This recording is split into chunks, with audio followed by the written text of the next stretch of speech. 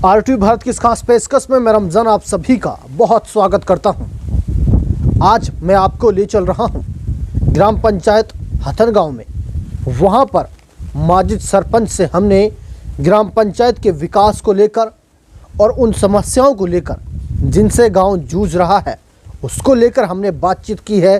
साथ ही सरकार के जो नए नियम हैं उनसे कितना संतुष्ट है, ये तमाम बातचीत आप इस ग्राउंड जीरो रिपोर्ट में सुनिएगा। अस्सलाम वालेकुम, मेरा नाम माजिद सरपंच ग्राम पंचायत हथन गाँव। हमने जो वादे किए थे सबसे पहले गांव में शिक्षा पे किया था, एक शिक्षा में सुधार के लिए। तो हम जैसे हर हफ्ते के हर सोमवार को मीटिंग रखते हैं स्कूल के। शिक्षा सबसे पहले हमारा शिक्षा है गांव में। अच्छा। तो हमने शिक्षा के ऊपर गया था। तो जो पहले मास्टर मौज लेते थे, हमारे यहाँ कोई आता था पढ़ाई नहीं करते थे। तो अब कहते हैं हमसे मास्टर कि हमारे गांव में जो मास्टर यार सरपंच पहले ही बहुत रह गए, तब नहीं सरपंच देखे हमने।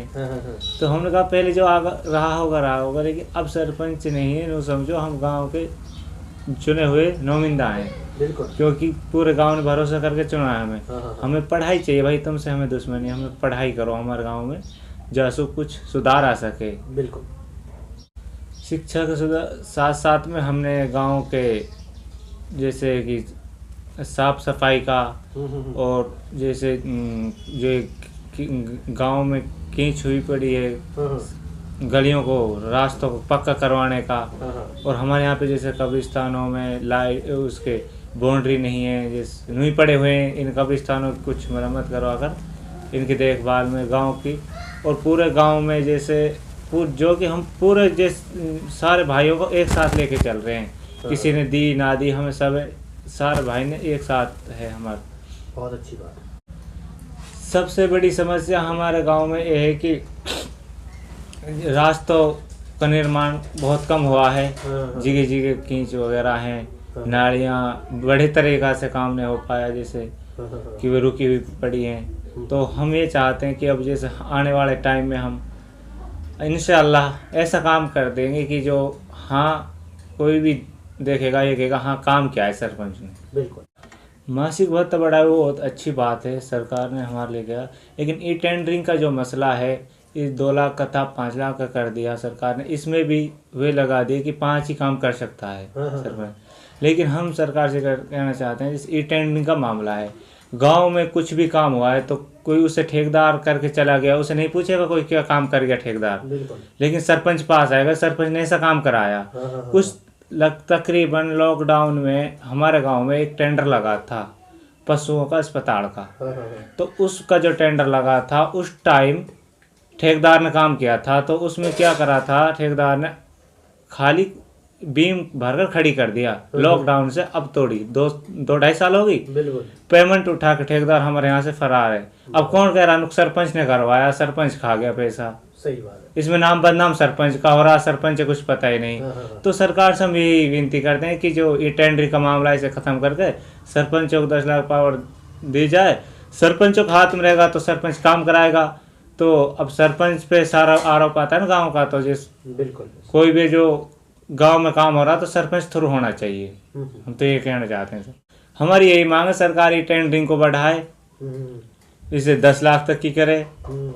और जो राइट टू कॉल रिकॉल कानून पास किया सरकार ने, इसे वापसी ले, नहीं तो विधानसभा और लोकसभा में भी इसे को लागू करे। सही बात है। चलिएगा अब मैं आपको सीधा ले चलता हूँ हथन गांव से टच में गांव शमशाबाद खुर्द ग्राम पंचायत से डॉक्टर मुबीन साहब का क्या कुछ कहना है ग्राम पंचायत के विकास को लेकर और सरकार के जो नए नियम हैं उनको लेकर। मैं डॉक्टर मुबीन सरपंच शमशाबाद खुर्द उर्फ मक्गूबाद से बिलोंग करता हूं। जनाब भाई रमज़ान भाई, मैं आपके चैनल के माध्यम से कहना चाहता हूं कि हमने अपने गांव के एक एक बच्चे से, एक एक बूढ़े से, जवान से जो वादे किए थे, हमने बहुत सारे वादे किए थे। पानी के बारे में हैं, रास्तों के बारे में हैं, साफ़ सफाई के बारे में हैं और बिजली के बारे में हैं, भाईचारे के बारे में हैं। काफ़ी जो है हमने अपने गांव में ये बातें रखी थी और वादे किए थे। लेकिन अभी कोई भी ऐसा काम हल नहीं हो पाया। उसकी सिर्फ वजह यह है कि सरकार उसकी ज़िम्मेदार है, क्योंकि अभी तक जो है इलेक्शन हुए तकरीबन 5 या महीना हो चुके हैं, अभी भी जो है सरपंचों के लिए कोई ऐसा काम और कोई ऐसी राशि नहीं मिल पाई जिससे जो है गांव का विकास और गांव के लिए जो सुविधा सरपंच कर सके। ये जो है बहुत परेशानी की बात है इस वक्त जो है। और गांव ने जो है इस वक्त जो है जितने भी पंचायतें चुनी गई हैं वो नए पढ़े लिखे लोग, पढ़े लिखे लड़के, पढ़े लिखे लड़कियां जो है चुने गए हैं। और हर गांव में, पूरे हरियाणा में सिर्फ इसी विश्वास पे जो है लोगों को चुना गया कि ये पढ़े लिखे लोग हैं और पढ़े लिखे को अगर चुना जाएगा गांव में विकास होगा और गांव की तरक्की होगी। लेकिन वो कुछ उसमें अभी भी जो है मामला सेटलमेंट हो नहीं पाया है। असल में रमज़ान भाई, मैं आपके चैनल के माध्यम से कहना चाहता हूँ, सरकार ने जो पहले 2 लाख का सिस्टम किया था उसमें तो खुली छूट थी कि भाई 2 लाख रुपए तक का आप काम करा सकते हैं, राइट टू कॉल और राइट टू कॉल। लेकिन सरकार ने जो 5 लाख का किया है, लेकिन इसमें भी जो है सरकार ने शर्त लगा दी है कि सिर्फ 5 लाख का काम सरपंच साल में 5 मरतबा करा सकता है। उससे भी कोई बेनिफिट नहीं होगा। सही बात। हाँ, कोई बेनिफिट होगा नहीं। और सही मायने में ये है 2 लाख रुपए और 5 लाख रुपए में कोई काम होगा भी नहीं। जिस तरह जो है गांव की जनता ने नौजवानों को, पढ़े लिखे लोगों को चुना है और जनता ने विश्वास किया है, इसी तरह हमारी सरकार को भी अपने सरपंचों पे विश्वास करना चाहिए। अगर सरकार सरपंचों पे विश्वास नहीं करेगी तो इससे जो है सरकार का भी नुकसान होगा और गाँव का भी नुकसान होगा, लेकिन इसकी जिम्मेदार सिर्फ और सिर्फ जो है सरकार रहेगी। अगर सरकार जो है एक्सपेक्ट करती है तो हम चाहते हैं, हम तो ग्राम पंचायत में ऐसा विकास करें कि इंशाल्लाह देखो गांव में अच्छे रास्ते हों, अच्छी नालियां हों, बिजली का भी सिस्टम अच्छा हो। यानी हम चाहते हैं कि हमारा गांव जो है एक चंडीगढ़ का नमूना बने।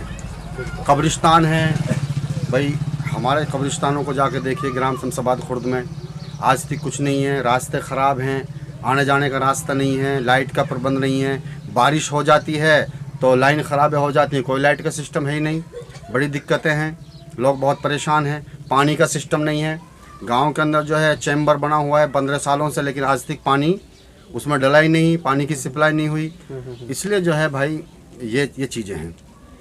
आखिर में क्या कुछ कहेंगे भाई? आखिर में रमज़ान यही है कि हम सरकार से कहते हैं कि जो है पूरा पावर सरपंचों को दिया जाए, ताकि सरपंच जो है अपनी बस्ती के जो बस्ती वालों ने जो विश्वास जताया है सरपंच के ऊपर, ताकि सरपंच उस विश्वास को पूरे सही तरीके से निभा सके। ये असल बात है। अब मैं आपको ले चलता हूं आखिर में नहेदा गांव, जहां से सरपंच प्रतिनिधि नसरू ने क्या कुछ कहा है वो जरूर सुनिएगा आप। जनता से वादा कहेगी अब अपने गांव में अच्छे काम करवाएंगे हम, लेकिन अब वो वादे को हम कैसे, सरकार ने हमारा हाथ बांध दिए। हाँ, इससे क्या काम होगा? जनता के सामने कोई से भी जो भी मामला, गांव के समस्या, सारा मामला हमने रखा था, लेकिन सरकार ने हमारा बिल्कुल हाथ बांध, इससे हमारे पास कोई काम नहीं होगा, क्योंकि सरपंच के पास कुछ पावर ही नहीं रही। तो अब इसमें क्या विकास होगा गांव में? नहीं जी, उससे कोई सहमत नहीं है। 5 लाख से ज़्यादा 5 कामों की सरकार ने इस पर पाबंदी लगा दी, तो बताओ कैसे विकास होगा इससे? और सरकार मतलब ठेकेदार पर इतना विश्वास कर रही है, तो सर ठेकेदार गांव में कैसे काम करे? किसी का भी ठेकेदार आएगा वो काम करके चला जाएगा। सरपंच गांव में रहना है, 5 साल भी रहना है, 5 साल बाद फिर जनता के बीच में सरपंच को जाना है। अगर वो काम अच्छे से नहीं करे, जनता को क्या जवाब देगा?